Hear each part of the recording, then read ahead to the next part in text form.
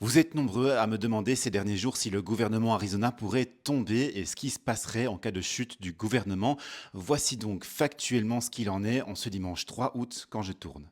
À l'heure actuelle, on n'est pas encore dans une crise, mais on a des indicateurs qui montrent qu'on s'y dirige tout doucement.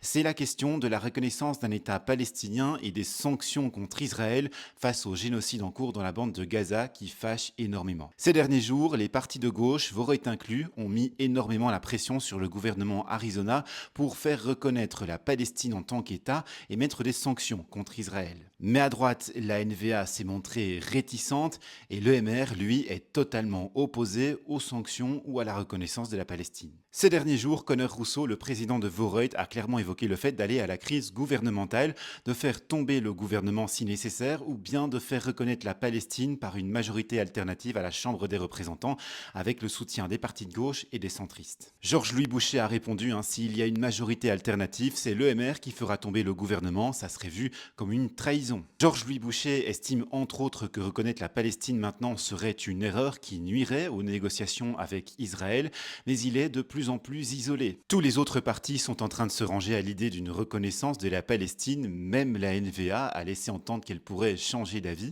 et la position ferme de GLB divise au sein même de son propre parti.